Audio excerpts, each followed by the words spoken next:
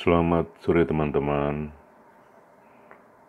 Pada hari Senin tanggal 16 Agustus 2021, tepatnya pada pukul 16.00 kami melintas di jalan Tubagus Angke dari arah Latumeten menuju Pesing, kemudian nanti akan berputar di sekitar Pesing untuk melihat situasi terkini di Jalan Tubagus Angke, di mana Jalan Tubagus Angke ini memiliki kaitan sejarah kelam di masa lalu.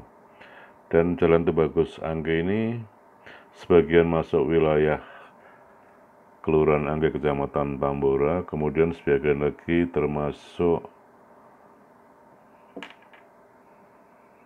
Kelurahan Pesing Kecamatan Grogol Petamburan, keduanya di Jakarta Barat. Saat ini kami melintas di Jalan Tubagus Angke dari arah utara, yakni tadi kami sampaikan adalah Jalan Latumeten menuju ke arah selatan. Dan sore ini situasi cukup ramai, dan tadi di Simpang 4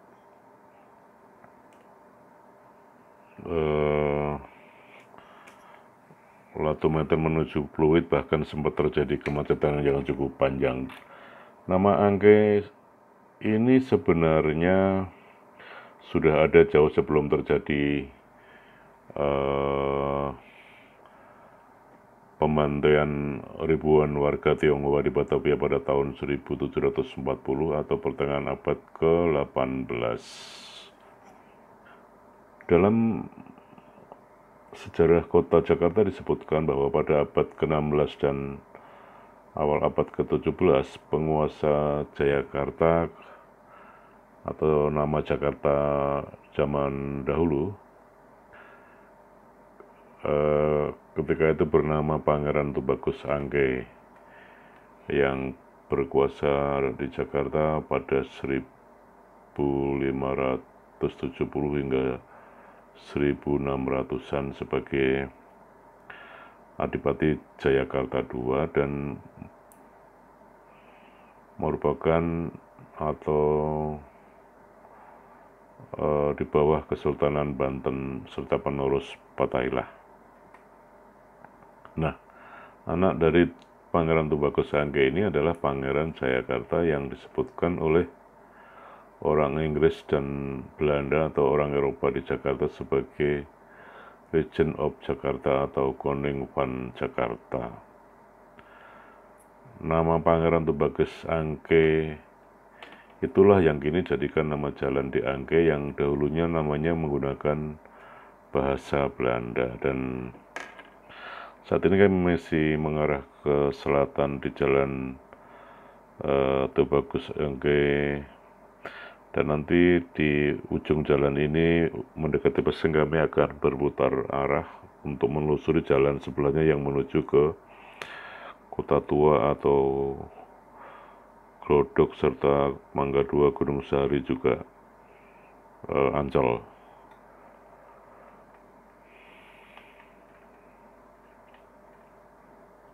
Dari berbagai literatur disebutkan bahwa pada zaman Pangeran Jayakarta inilah orang-orang Eropa seperti Inggris dan Belanda, karena sebelumnya di abad ke-16 orang Portugis juga sudah mengunjungi Jakarta, mulai berdatangan dan kemudian hari pecah konflik dengan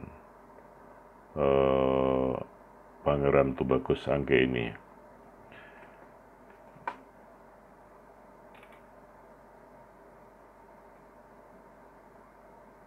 Sementara warga Tionghoa sendiri juga sudah ada sebelumnya di kota Batavia atau Jayakarta ini, dan kemudian hari bertambah lagi dengan orang-orang Tionghoa dari Banten dan terutama sesudah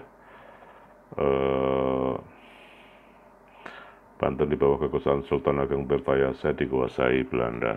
Dan nama Pangeran Tubagus Angke ini dalam buku Tinjauan Kritis tentang Sejarah Banten karangan Husin Jayadiningrat disebutkan bahwa sebagai Ratu Bagus Angke. Ratu Bagus itu kemudian disingkat menjadi Tubagus, yang juga adalah menantu dari Sultan Hasanuddin, penguasa Banten, yang menikahi putrinya Ratu Pembayun. Dan saat ini kami akan berputar mengarah ke utara atau menelusuri jalan sisi sebaliknya yang persis bersebelahan dengan Kali Angke. Dan Kali Angke sendiri sebenarnya menyimpan banyak sejarah, dan pada kesempatan lain nanti kami akan update dari sisi sejarah mengenai Kali Angke ini. Dan kami sudah berputar, dan sekarang kami menuju ke utara, masih menelusuri jalan Tubagus Angke, dan di sebelah kiri kami adalah sungai Kali Angke yang akan berakhir yang disebut Muara Angke di Laut Jawa yang tidak jauh dari tempat ini.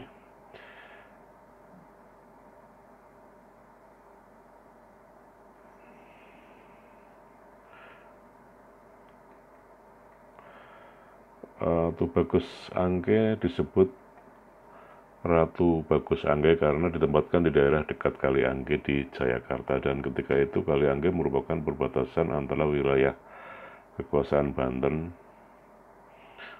dan Jayakarta sebelum dipindahkan di kemudian hari. Pembatas atau perbatasannya adalah di Sungai Cisadane. Perlu disampaikan juga bahwa nama panggilan Tubagus Angke ini dijadikan nama jalan karena memang dianggap atau dinilai memiliki andil yang cukup besar terhadap keberadaan Angke saat dia menjadi Pangeran Jayakarta kedua. Dan di sisi lain, menurut Dennis Lombard, Angke adalah berasal dari kata Tionghoa yang berarti river kui deburde, yakni kali yang suka banjir. Di permukiman-permukiman yang mayoritas penduduknya orang Tionghoa pada zaman dulu, terutama di kawasan Kota Tua atau lama di Jakarta Utara, memang nama lokasi atau jalan berasal dari bahasa atau dialek Tionghoa.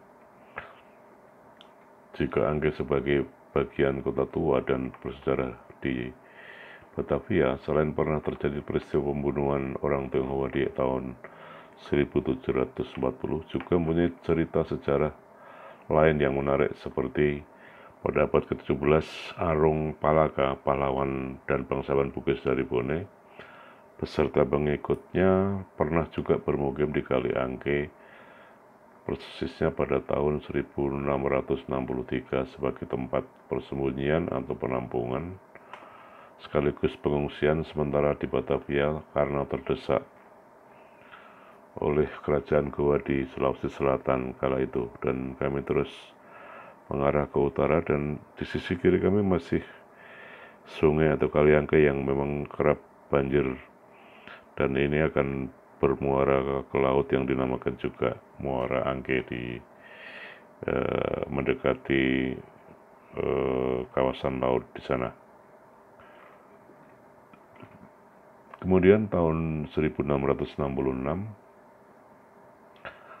Arung Palaka tadi kembali bersama pengikutnya dan tentara VOC lainnya ke Makassar untuk menyerang Sultan Hasanuddin dari kerajaan Goa di Makassar. Dan pengikut Arung Palaka ini disebut prajurit-prajurit tangguh yang disegani lawan dan dinamakan Toangke, yakni orang dari Angke. Kenapa dinamakan demikian? Karena tempat permukiman di Batavia terletak di daerah sekitar Kali Angke pada saat itu. Dan kami terus mengarah ke utara, dan perjalanan kami ini nanti akan berakhir di bawah kolong tol dalam kota atau mendekati pintu gerbang masuk ke Air Petra Kalijodo. Eh,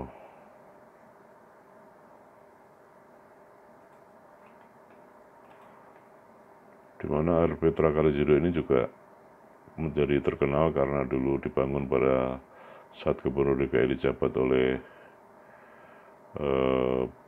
Basuki Cahayapurnama, dan ia membangun beberapa air Petra di kota Jakarta. Air Petra adalah